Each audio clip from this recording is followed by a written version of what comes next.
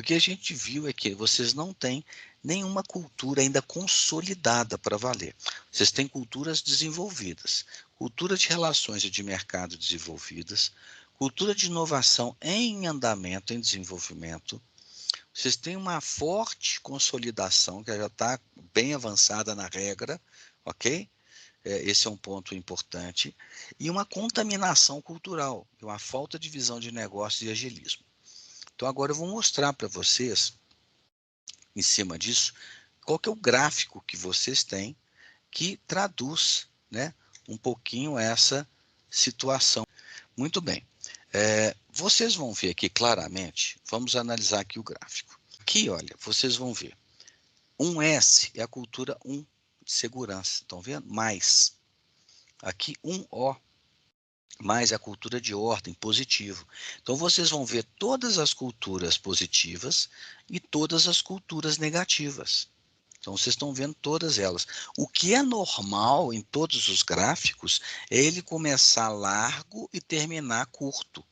Por quê? Porque aqui são as culturas, são os hábitos negativos. Tá bem? Então, é natural que isso daqui fique pequeno. Toda empresa tem hábitos negativos. E toda empresa tem hábitos positivos. Então, esse daqui é o modelo cultural da Vicunha. Então, o que, que a gente pode ver, então, primeiramente, no modelo cultural da Vicunha? Vamos lá. Olha aqui, ó. Força cultural da Vicunha, modelo 1, é uma empresa voltada para regra. Cultura de segurança, olha aqui, ó, e cultura de ordem. Aqui. De uma forma geral, mesmo que você fale, mas tem área que isso daqui não é forte. Sim, aí nós temos as subculturas aqui, são subsistemas. Então, o que a gente vê aqui? Ó? Vamos primeiro agora voltar para cá. Ó. Olha aqui. Olha a força cultural aqui, ó, a regra. Isso aqui que é o forte da empresa, regra. Depois vem o quê? Depois vem equilibrado aqui, vamos dizer, a foco em mercado e foco em relacionamento. E, por fim, a inovação ela é menos acentuada, como força cultural. Ok? Então, a taxa de presença é a cultura hoje instalada. Então, primeiro vem a cultura forte de regra. E aí nós temos a cultura, em seguida, de autoridade. Olha aí que interessante. Cultura de autoridade, conhecimento técnico é muito importante para dar resposta rápida ao mercado. Há uma cultura de acolhimento e uma cultura voltada para o propósito. Veja bem. E depois tem uma cultura voltada para a inovação. Então, aqui a gente vai ver algumas coisas interessantes. Aqui atrás, olhem só, tem uma cultura de resultado, voltado para o mercado, voltado para resultado, para meritocracia e tudo mais. Então, o que, que a gente pode constatar aqui? Então, a gente vai ver aqui no primeiro momento, olhem só, e aí eu quero mostrar para vocês alguns dados aqui. Uma vez que a gente veio isso daqui, eu vou agora comentar sobre estes números aqui, tá bem? Vamos lá. Primeiro, a gente vai ver que é o seguinte, qual que é, dentro da cultura, a vertente mais forte? Nós vamos ver aqui dentro. A vertente mais forte, nós vamos ver que está aqui, ó. 82% das vezes que uma pessoa, um funcionário da empresa, interage com situações que requer mentalidade de prevenção, ele pensa preventivamente. 82% das vezes. E é uma empresa que valoriza muito o método, que as pessoas seguirem os processos e métodos. Está aqui, ó.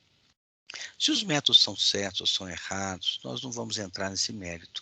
Estas duas vertentes são muito fortes e a busca por clareza nas coisas. Deixar as coisas claras, regras claras, processos claros. Então, essa é a primeira observação que a gente faz. Segunda observação que eu faço aqui. É uma empresa que, se a gente pensar do ponto de vista de a cultura instalada, é quando ela já passa de 75% a 80%. Então, aqui vocês vão ver que não tem nenhuma cultura, por isso que a gente fala que ainda não tem uma cultura totalmente forte, porque olhem aqui, ó, 73%, 65,8%, 56,8%. A cultura de mercado voltada para a autoridade é 56,8%. Ela é baixa. ela é baixa, no lado positivo, a autoridade pelo lado positivo. A cultura de relacionamento voltada para as relações de acolhimento, 56,4, ela é baixa. Aqui a cultura de propósito, 54,9, ela é baixa. E aqui a gente começa a ver, olha aqui, ó, a cultura de resultado, 49%, ela é baixa. Aqui o ambiente, esse aqui é um ponto de muita atenção, olha aqui, ó. As pessoas não respondem bem a desafio. Elas têm engajamento, elas vão cumprir, mas não é uma empresa que tem aquele desafio que as pessoas falam, oh, adoro o desafio, vamos além, vamos fazer acontecer. Não. 33% das vezes que as pessoas são instigadas ao desafio, elas respondem bem a ele. Então, nós temos aí um campo de 67% das vezes quando a gente é instigado a um desafio, a gente não responde a ele do jeito que precisa. E aqui a gente de assistencialismo alto. O que é o assistencialismo? É os líderes descendo das suas cadeiras, sentando na cadeira dos outros. Esse aqui é a grande questão. Há protecionismo. Então, o que acontece? Há um ambiente de guerra sutil. E aí, o que acontece? O que eu quero mostrar para vocês? Olhem só. É a taxa de contaminação. O que é a taxa de contaminação? Taxa de contaminação é o percentual de um aspecto negativo sobre o aspecto positivo daquele vetor. Então, aqui, ó, na cultura de resultado, a taxa de contaminação é 0,7. Não pode passar de 0,3. Então, ou seja, os hábitos negativos estão numa proporção grande em relação aos hábitos positivos. Às vezes, como eu respondo uma situação, eu tenho um percentual alto de hábitos negativos em relação aos hábitos positivos. Então, eu vejo algumas coisas assim muito importantes, positivas e pontos de atenção para a gente ver. Vou dar um exemplo para ficar claro. Vamos imaginar que você é uma pessoa disciplinada, ok? Então, você, assim, 70% das vezes você age com disciplina, tá? Agora, 40% das vezes você fica rígido demais. Não tinha que ter sido disciplinado, você fica rígido. Aí você dificulta a coisa toda e burocratiza.